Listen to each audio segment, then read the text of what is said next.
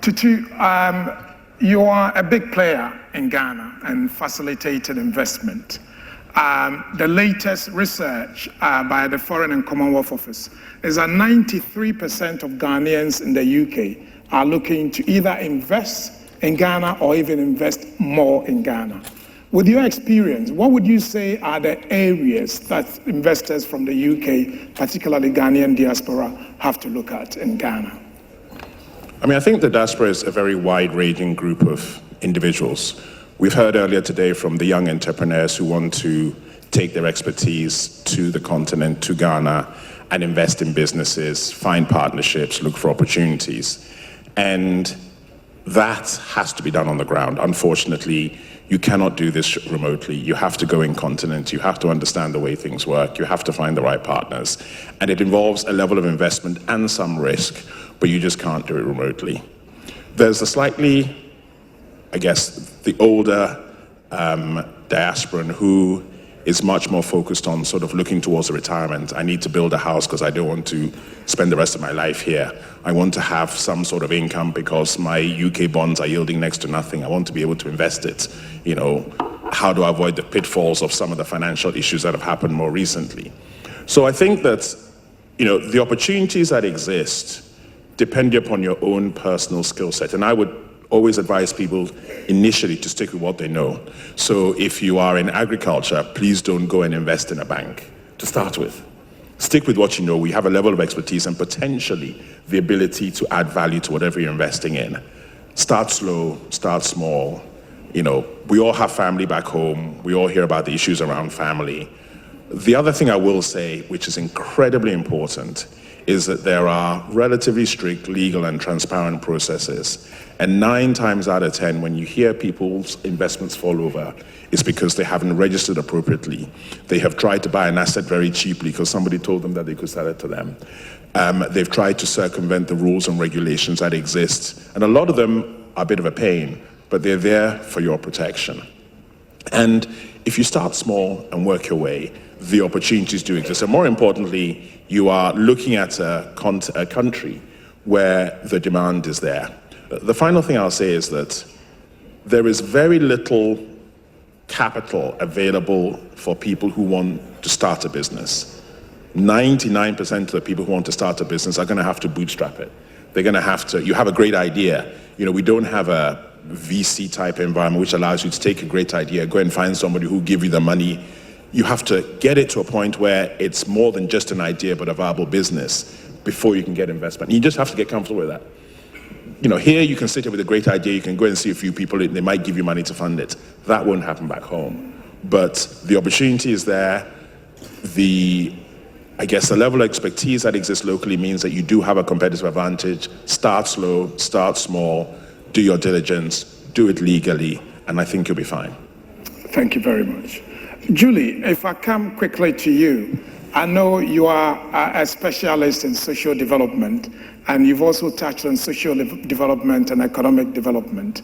And my question is, the diaspora has huge talent and skills that they've learned over here, or those who were born here have acquired over the years. How can they transfer the skills that they've learned here to go into Ghana, particularly in the light of the UNESCO assessment that by 2050, the population of Africa is going to double, and that we will have about every 5 children you have in the world, 2 of them will be Africans. How can they translate those skills to Ghana to help with social development? Okay, thank you for that. I think it's even beyond just skills and capacity that we all have in terms of transporting those to Africa. I'm going to specifically focus on the social side, really. As we are moving forward and carving out the agenda for economic development, like I said, the social agenda needs to sit in the middle of it. And there's so many different ways that diaspora actually can contribute. Specifically, we can all mobilize towards, and a couple of countries are already doing that, Nigeria and Ethiopia. If we mobilize our resources towards setting up social impact investment funds, and Tutu sitting here has significant experience in bonds, etc. If we mobilize our resources towards that, their expertise overseas in the diaspora who also do that for a living. Today, Nigeria, I think 3 years ago, 2017, set up or issued if I'm remembering correctly, 300 million bonds that was 130% oversubscribed. Ethiopia also issued a $56 million bond to build their 6,000 megawatt dam, which is the largest in Africa today. This all came from the diaspora. Ethiopia, again, is setting up a diaspora trust fund. I think they set it up 2018, so it's a year and a half ago, which they are using to drive their transformational agenda in education and health. Without competitive education systems, without effective health systems, how do we drive any economic transformation on our continent, and for that matter in Ghana? The diaspora can help in these areas as well. And then we come to skills, specific skills and capabilities, experiences. How do we leverage all the skills that you have? Whether if you're a doctor, Doctors Beyond Borders, there's a charity in cancers that we support, or I support, which comes down to Ghana every year. They have set up a respiratory care education unit at University of Ghana in the last couple of years, the first of its kind. Respiratory care, the lack of respiratory care is the largest killer on the continent. Remove strokes, high blood pressure, all of that. It contributes to all those things. They have set this up and we've supported them, and the first 9 graduates we sent to Kansas University for further studies. These are just a couple of some of the initiatives or skills and capabilities that the diaspora can bring to the table. Helping to go into the villages, structured volunteer programs. The list is endless. But Bernard, what I will say is that we should use this platform to actually start something. Next year, we should come back and say, this is how we structured it, this is how it's done, this is how it's being done, and we've had results. Well, on the diaspora score, I'm aware that Guba Foundation are taking nurses to Ghana. The Nightingale Ghanaian Nurses Association have taken nurses to Ghana. Future of Ghana, Arnold Safo Kantanka, he's there, he's doing something, training Ghanaians as well.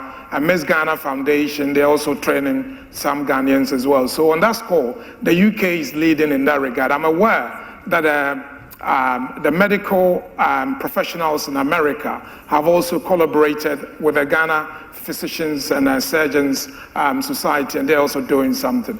Nadia, from our research, the UK Ghanaian diaspora who are willing and able to transition into Ghana, either transfer their monies there or get involved in investment, have identified certain barriers. And I will highlight 3. Red tapeism, transparency, and also corruption. I'm sorry, but I have to say that. You are in the office of the diaspora, the office of the presidency. You are aware of government policies to ameliorate some of these issues. Can you point us to factors and also institutions where issues like this can be raised and where we can seek help if we have any of those? Thank you. So when you talk about red tapes that have been set that is making diasporans not interested in Ghana, is one of the first pillar will be our office. So the office was set up as a traffic directions for diasporans who wants to come back home and challenges that they may face and not to lose interest and come back to UK.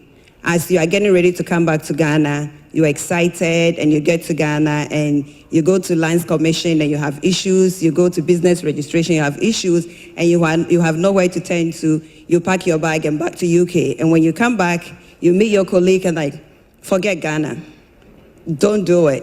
So the office was basically set up to make sure that some of these things are being avoided. Some of the things that, as we came into office, that the government had initiated to avoid corruption is 1, easy access to business registration. business registration where you are able to register your business while you're in the diaspora and to get your things ready before you even land. The TN, tax identification number, which is one of the key pillars to be able to do anything in Ghana, to do a land registration, to be able to set up your business, whatever that brings you to Ghana to do, you need to have that. Some of the things that we as an office have done to eliminate some of the challenges is making sure that once you come and you are in contact with us, what you've come to do, we help you to see through that it becomes successful. So when you come back to the UK, you're able to share your success experience. We started that by helping people that came to do 1D, 1F. We have a few that have been able to go through and now actually producing. We've been able to help people that have come back to set up business registration, doing your passports registration, easy access to that. And also, I probably can also touch a little bit about the remittances. Some of the things that we all know that when you talk about remittances, it's about sending money to your family and friends back home to help. We are also encouraging diasporans to actually channel that money into some sort of investment, either setting up a bank account where the money is being put into a savings, a trust bill, or to even get a health insurance number for the person to be able to give them that health benefit as well. We have an internship program where we are focusing more on the youth, the second generation. Their remittances will not be sending money home. It's what can I get in Ghana and what can Ghana give me? So with that, we're able to, with the NEIP program, connect these young, dynamic second generations, third generations who are interested in Ghana to come and take advantage of the opportunities back home. And by doing so, making sure that we support them throughout and let them come back to UK with success stories. Thank you very much. Alex, if you allow me, I'm going to use you as a guinea pig today because I know that you've got several businesses both here and in Ghana. We've talked about theory, a bit of practice. Can you give us a practical angle? As a businessman, can you tell us the challenges you face and how you were able to surmount them? I know you're a very successful businessman, and can you show the diaspora how they can also become successful investors in Ghana? Thanks, Bernard. I would like to think that I'm a very successful businessman. I don't know if my bankers will say so. But like I said, I lived in the UK. I still got my family here for the last 30 years. I've been in Ghana for the last 3-4 years. And one of the reasons why I get involved in events like this, the Homecoming Summit and that, and also on the board of GIPC, I'm a strong advocate of diaspora and inclusion because I realize that without the diasporans, people like myself who have worked in the corporate side in the UK, right, without us telling the stories, because most of the guys that we deal with are our friends. Tutu, for example, being an MD of UBS, and so many of our colleagues, right? They don't need the policy makers from Accra to come and tell them how good Ghana is, because the next thing they do is they'll come to people like Tutu and myself and say, oh, we had your colleagues from the minister here to tell us how good Ghana is. And then we just say, oh, no, don't listen to them. Like that Dentmount said, his experience is basically people robbing him of 20 pounds and 20 cedis and that. So no matter what investment promotion you do, right, the gentleman will turn around and say to the guys that he knows here who want to invest in Ghana, don't worry about them. They're all crooks there. So our greatest ambassadors are diasporans. And that is why I personally, and I think most of us, invest in telling the story first to the diasporans to tell our story. Coming back home, one of the things that I also recognized was that having lived here, right, we have a different mindset to the typical Ghanaian. You think close, because if you've been here for 30 years, you've been here longer than you've been in Ghana, right? So you can't think like the guys who left back home. So you have to make room for that. And when we go back, we tend to be very arrogant. Say, oh, no, the streets are dirty. Why do you do this? We can bring electric trains from London and that. No. What we want to do is to come back and complement what they do, not to take over. If you go somewhere and you tell the people that all that you are doing is rubbish, right? We have lived with a white man and we want to tell you how it's done. He's not going to listen to you. So you go in and say, look, you're doing great here. We want to compliment what you are doing. So that's the first thing, right? Thank you. And also what people like myself bring on board, I've gone in, now I employ about 50 people, right? What we do is we bring in and we learn from them as well. Funnily enough, most of the people that I've employed, I've pushed them from some of the multinationals. So multinationals, so it makes it a bit easier.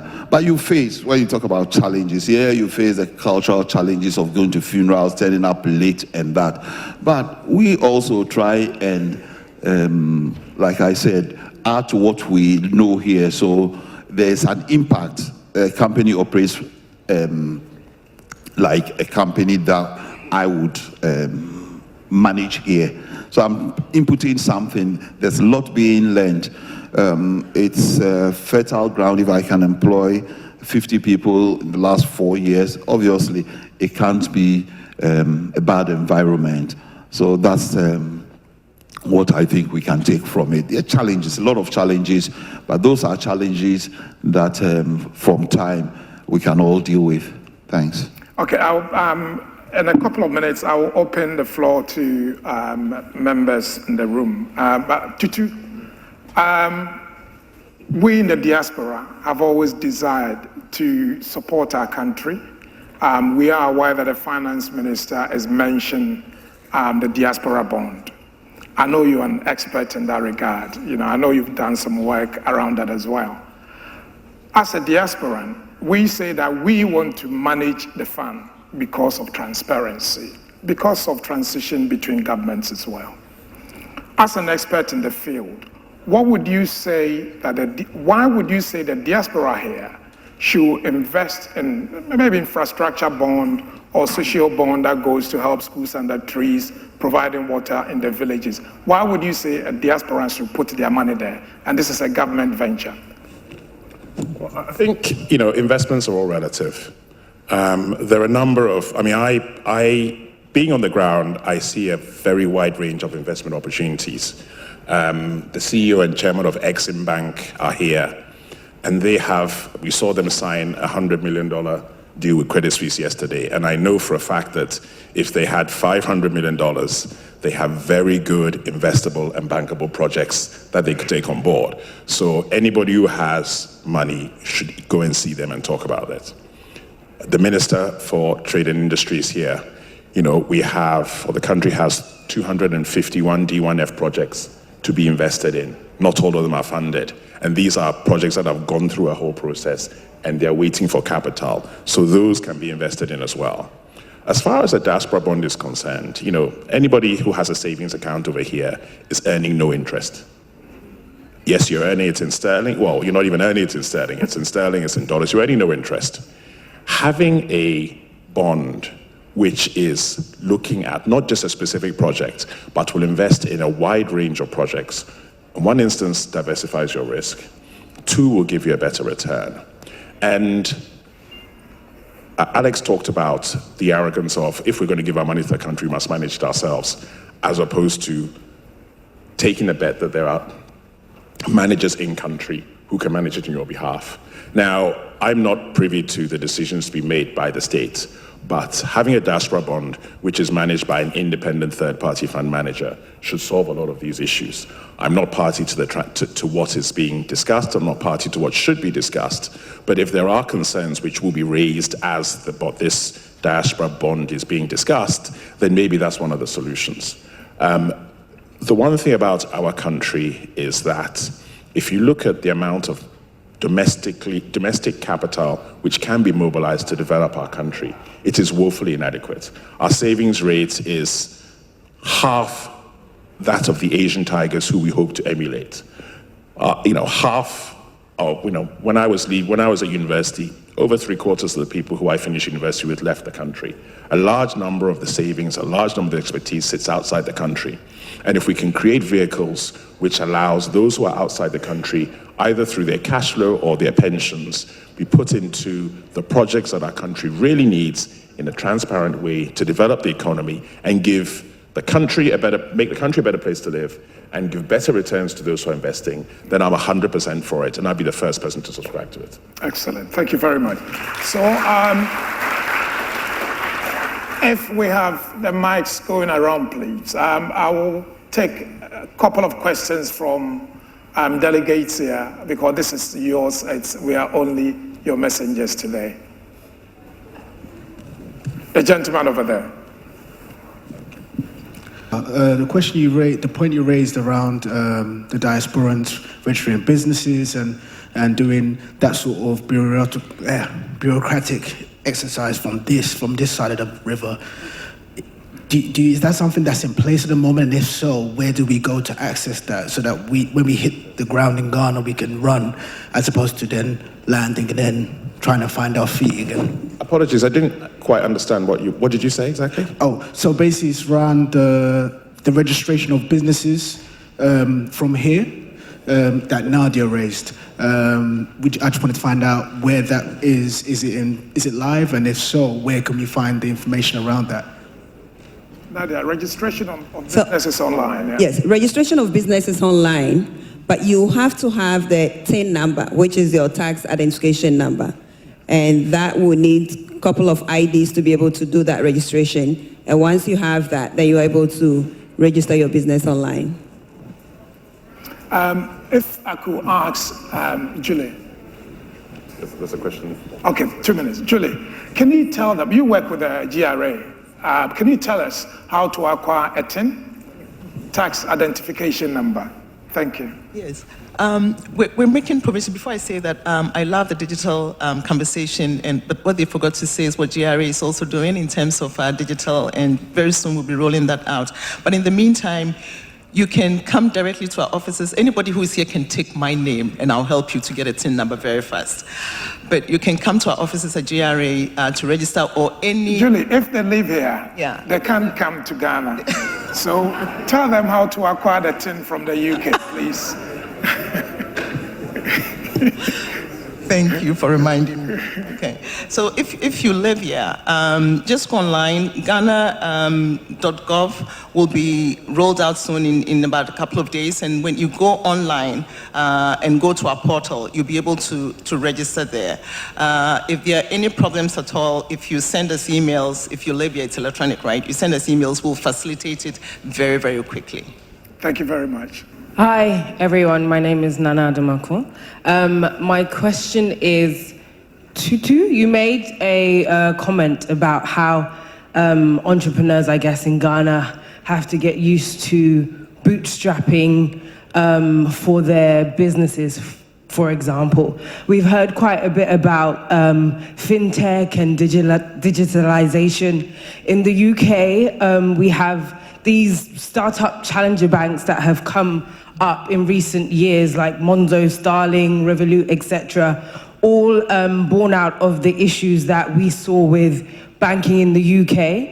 In Ghana, I guess it's the people who have the solutions to the issues that are in Ghana. In the UK, the government have like EIS, SEIS systems to encourage even, I guess, rich individuals or people who have money to invest or give money to some of these solutions to be able to come out of Ghana. Are there any plans in the government, do you know of, or any schemes or programs outside of like MEST or Impact Hub that encourage these kind of homegrown solutions and fintech businesses, for example, to be able to come out with their solutions and scale?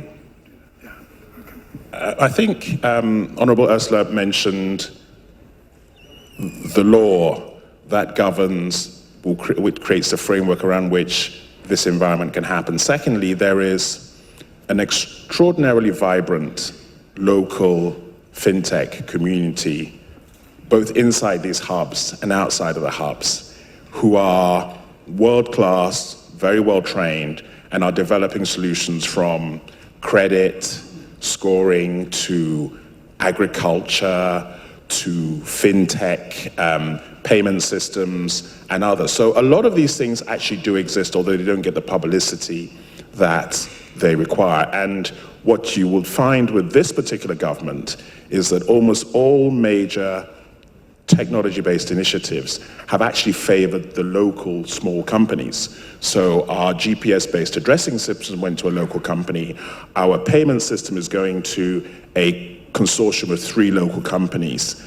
And so there is a willingness within government to back the local entrepreneur. The bit that doesn't exist, which unfortunately is going to have to be funded by enlightened individuals, is I have an idea, how do I get it to a bankable stage? And that bit, unfortunately, you're going to have to do yourself. But everything after that, there is an ecosystem that works. There's a chamber of technology which sits there, which you can contact. I don't have the details right now, but it does exist, and there is a willingness within the state. Ghana Beyond Aid means putting Ghanaians first. And so if you come down, you contact them, and you have a great idea, and it provides a solution, there is a willingness to work with you. And I think the minister would back me on that as well. Thank you very much. Alex, Nadia, Julie, Tutu, I'm most grateful.